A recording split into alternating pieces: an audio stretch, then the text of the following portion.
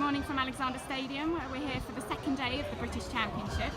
I'm joined by AW's editor Jason Henderson and our results editor Steve Smythe to look at some of the highlights from yesterday and look ahead to today's action as well.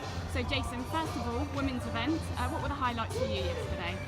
Well, yesterday was a terrific day all round. The weather was great, the sun shone, and Dina Rasher-Smith was tremendous in the women's 100 metres. That was a real highlight. She smashed the championship best performance, and also we saw a great high jump as well. Morgan Lake equalled the championship best in that event. She beat Katarina Johnson-Thompson.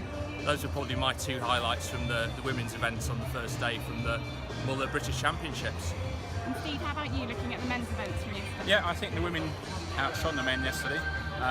The men were unlucky, I think, with the conditions. I mean, though the conditions are nice and warm, I think the wind spoiled a lot of the action on the track. A lot of the time races became more tactical, and the 100 metres had quite a strong headwind. I think Dina got away with it, but the men's had quite a strong headwind. The wind reading says 0.0, but it was not good conditions. So Reece Prescott's 10.06 was a brilliant run in the conditions. The fact you can see just by his margin over Zarnell Hughes and all the other people there, it was a world-class run.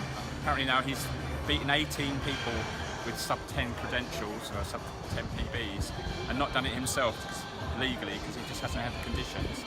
Other than that, there was some really good qualifying heats. Discus, I think Brett Morse's discus, good to see him back. But some events I think were a little bit disappointing. Shot and javelin. My very first 3As was 1971, and unfortunately the performances in some of the throws yesterday were a lot worse yesterday than they were my first one, going back 40 odd years. So, but overall, it was a good first day, and I'm looking forward to today. Excellent. So obviously second day now, another packed schedule.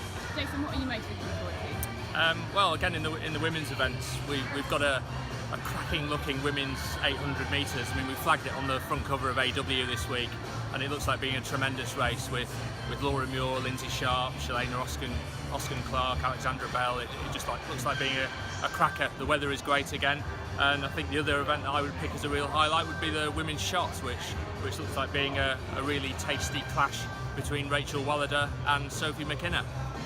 And Steve, how about your highlights for today? I think, well, judging by the heats, there should be a cracking men's 800 metres, lots of contenders there. Men's 1500, O'Hare, Grice, Whiteman, and Josh Kerr, who was head top of Europe list. It's just going to be very competitive. The men's 400, I think Matt Hudson-Smith looks well ahead of the rest, but the others will still be battling for relay places in the team for the Europe. And there's the men's 200. Adam Jamili missed the 100 yesterday, so he's going to be fresh. Mitchell Blake's got something to prove after the 100. And you've got other people vying for that third spot in the team, possibly. I think Hughes will double up probably at the Europeans if he can. And you've got actually Liam Reid, who doesn't actually want to compete for Britain, but they can't turn him down because he's still eligible to run in the British Championships until the IWF career. So he'll be looking to at least get a fast time and prove the IWF and the Irish selectors that he should be running for Ireland in the championships.